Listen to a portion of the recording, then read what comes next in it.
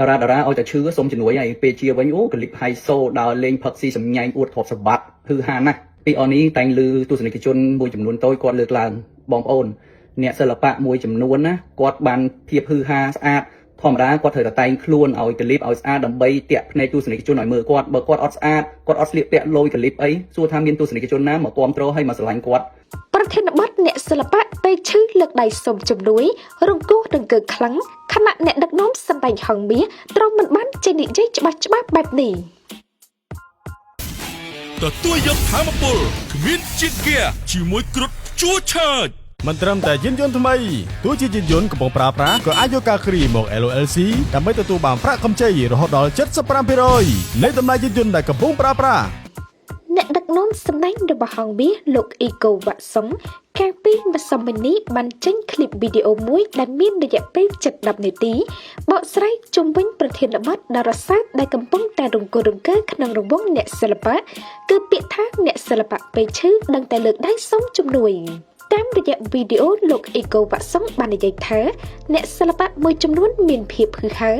ព្រោះធម្មតាពួកគាត់ត្រូវតែតែងខ្លួនឲ្យស្អាតដើម្បីទាក់ភ្នែកទស្សនិកជនឲ្យចាប់អារម្មណ៍ពួកគាត់តែបើសិនជាពួកគាត់អត់ស្អាតអត់ស្លៀកពាក់លយឆៃតើមានទស្សនិកជនណាទៅគ្រប់គ្រងនិងស្រឡាញ់ចូលចិត្តពួកគាត់ព្រោះឈ្មោះថាជាតារាបើទោះបីជាក្នុងខ្លួនអត់មានលុយក៏ដោយក៏ត្រូវតែធ្វើខ្លួនឲ្យស្អាតព្រោះពួកគាត់លក់សម្រស់លក់សម្លេងបើមិនធ្វើខ្លួនឲ្យស្អាតទេគឺគ្មានការគ្រប់គ្រងពីទស្សនិកជននោះឡើយ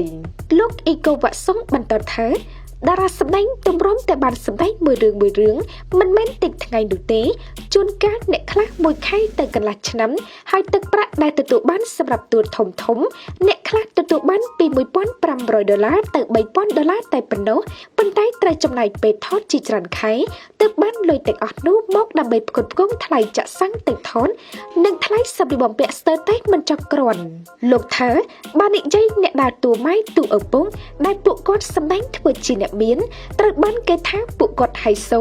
អ្នកមានថតសុទ្ធតែឡានទំនើបនោះគ្រាន់តែជាការសម្ដែងត្រូវស្លៀកពាក់ឲ្យស្អាតបានដើម្បីថតឲ្យត្រូវប្លង់តែប៉ុណ្ណោះហើយកុំនិយាយថាថតយូរហើយអត់មានសាល់អីពេលឈឺសុំជំនួយព្រោះថាអ្នកសិល្បៈមិនមែនឲ្យតែតារាសុទ្ធតែមានលុយទាំងអស់នោះទេ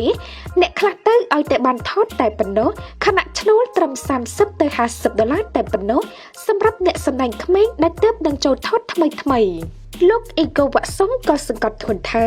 ជុំវិញការសុំជំនួយរបស់អ្នកសិល្បៈនៅពេលឈឺភាគច្រើនបងប្អូនមួយចំនួនគឺមិនចង់ឃើញ idol របស់ខ្លួនធ្លាក់ខ្លួនឈឺនិងចង់ឲ្យពួកគាត់បន្តជីវិតបន្តអាជីពសិល្បៈប៉ុន្តែពេលដែលឃើញអ្នកសិល្បៈពេលឈឺលើកដៃសុំជំនួយតែងតែមានពាក្យរិះគន់និងជន់ពន្លិចថាអញ្ចេះអញ្ចោទន្ទឹមនឹងគ្នានោះលោកអ៊ីកូវ៉ាក់សុងក៏បានលើកយកគ្រឿងតារាសម្ដែងលោកយូឌីស្កូគ្រាដែលតារាប្រុសរូបនេះធ្លាក់ខ្លួនលោកបានសុំជំនួយនិងមានមហាជនជាច្រើនបានចូលរួមជាថវិកាធ្វើឲ្យលោកយូឌីស្កូបន្តជីវិតរស់នៅរហូតមកដល់សប្តាហ៍ថ្ងៃចុះបើសិនជាបងប្អូនដាច់ចិត្តឃើញតារារបស់យើងស្លាប់សុខចិត្តអត់ជួយម្នាក់បន្តិចតើបងប្អូនមានវិបដិសារីទេពេលដែលមិនបានជួយពួកគាត់ហើយបើសិនជាបងប្អូនអត់បានជួយទេក៏គួរតែកុំបំបាក់ទឹកចិត្តអ្នកសិល្បៈមួយចំនួនថា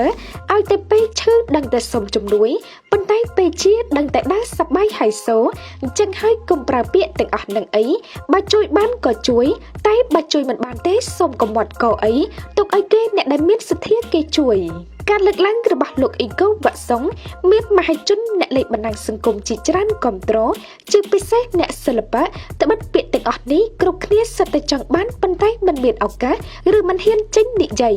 អ្នកនាងដាញ់ម៉ូនីកាអតីតតួឯកដ៏ល្បីល្បាញរឿងទុំទាវបានលើកឡើងទៅកាន់លោកអ៊ីកូវ៉ាក់សុងថានិយាយត្រូវបងសិល្បៈស្រុកយើងមិនមែនដូចជាស្រុកគេទេខ្មែរដូចគ្នាទេមិនថាអ្នកសិល្បៈឬអ្នកមិនមែនសិល្បៈទេពេលដែលពួកគាត់សុំជំនួយយើងអាចជួយបានជួយទៅតាមសទ្ធាទៅ